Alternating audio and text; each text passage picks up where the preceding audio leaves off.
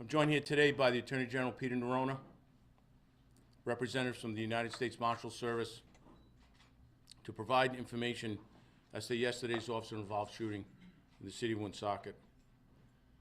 I want to note that the investigation is open and ongoing, and we're here to provide as much information as possible.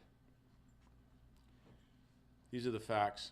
Yesterday, April 27th, 2022, at 12:30 p.m., a woman came to the Lincoln Barracks and alleged that at 10:30 a.m., a man known to her as Russell Dufault, age 58, of Portsmouth, Rhode Island, assaulted and held her at gunpoint against her will in the driveway of her Little Compton home. The suspect demanded $80,000 that he believed was stolen by a member of her family. The victim stated that Dufault forcibly removed her from her vehicle, pointed the gun at her, and threatened to kill her. After approximately 30 minutes, Dufault let the victim leave the scene. A court-authorized arrest warrant was issued for Dufault for felony assault and kidnapping. Based on the indication of a firearm being used during the incident, and based on Dufault's criminal history, which included several counts of armed robbery in Rhode Island and Massachusetts, the warrant was turned over to the Rhode Island State Police Violent Fugitive Task Force. The Rhode Island State Police Violent Fugitive Task Force is comprised of 18 members from the Rhode Island State Police, the United States Marshal Service, and several municipal police departments.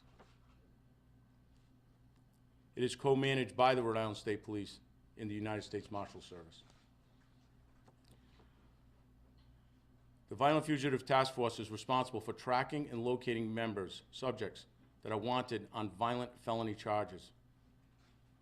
Members of the Violent Fugitive Task Force track and investigate long-term fugitive matters and also handle a large quantity of parole violators, federal probation violators, ACI escapees, and requests from the Attorney General's office, as well as requests from municipal and federal law enforcement agencies. As you know, this is an active and ongoing investigation, and I can provide you with these details. Dufault was located in Woonsocket, sitting in his vehicle that was used in the earlier incident in Little Compton.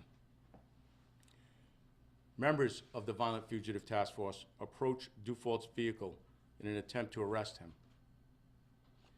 The detectives and U.S. Marshal immediately identified themselves and gave several verbal commands for Dufault to stop and exit his vehicle. Dufault attempted to flee the scene, driving his vehicle directly at the officers, striking the United States Marshal, causing him to be thrown onto the hood of Dufault's vehicle.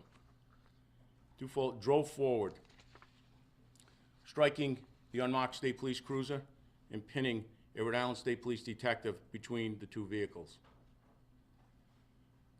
Two officers discharged their firearms, and Dufault was fatally wounded.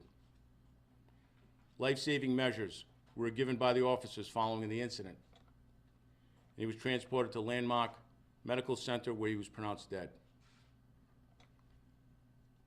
The Rhode Island Office of Attorney General Use of Force Response Protocol was immediately initiated.